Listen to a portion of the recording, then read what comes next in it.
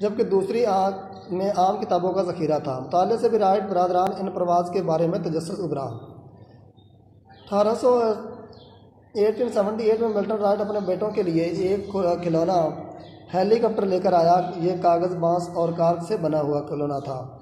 इसमें एक रबड़ लगा हुआ था। उसे काफ़ी देर घुमाने के बाद छोड़ते तो ये फ़िज़ा में बुलंद हो जाता। चांद से अगर फ़िज़ा में रहता। इसका साइज़ एक इंसानी हाथ के मुसावी था, मतलब एक इंसानी जैसे जिस तरह का इंसान का एक हाथ होता है इतना ही वो इसके बराबर था। इस वक्त औरल की उम्र 7 साल थी, जबकि दिलबर 11 साल का था। बच्चों के दिल में उड़ान की चिंगारी तो पहले से मौजूद थी और इन खिलौने को पाकर वो चिंगारी मज़ीद भड़क उठी। दोनों भाइयों ने इस खिलौने के साथ खेलते रहते। ये खेल उनको बहुत भाया। जब देखो इसके साथ खेल रहे हैं और आखिरकार कागज़ फट गया और रबड़ टूट गया।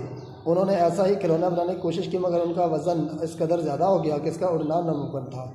कि जब उनका शौक़ तो पहले ही था जहाज़ बनाने का, लेकिन एक दफ़ा उनके वालिद ने जब जहाज़ ला के दिया तो उनको वो खेलते और उनको देखते उनको और ज़्यादा शौक़ पैदा हो गया कि हम भी जहाज़ बनाएंगे। खिलौना हेलीकॉप्टर बनाने का तजर्बा अगर नाकाम हो गया ताहम इसने इन्हें एक नया सा ख्याल सूझा।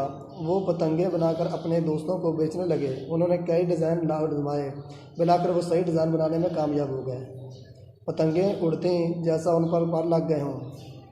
1889 में दिलबर अब्दुल की मदद से ऑरल ने एक प्रिंटिंग में प्रेस डिज़ाइन किया। वो अपने बनाए गए प्रेस पर अखबार छापते रहे। 1892 में इन्होंने साइकिल की एक दुकान खोल ली। 4 साल बाद एक जर्मन हवाबाज ग्लाइड उड़ाने की कोशिश में जान से हाथ धो बैठा। इससे भी राइट बरादरान के हौसलों को तक़वियत मिली। इन्होंने सोचा इंसान का फ़िज़ा में उड़ने का ख्वाब शर्मिंदा का तबीर हो सकता है। 1900 से लेकर 1902 तक दोनों भाई मुसलसल तजर्बात करते रहे। फिर 17 दिसंबर 1903 को शुमाली कैरोलिना के मकाम कई हाक पर की गई पहली प्रवाज़ का मंजर यह जहाज़ नेशनल म्यूज़ियम पर पाकिस्तान में कहा गया था।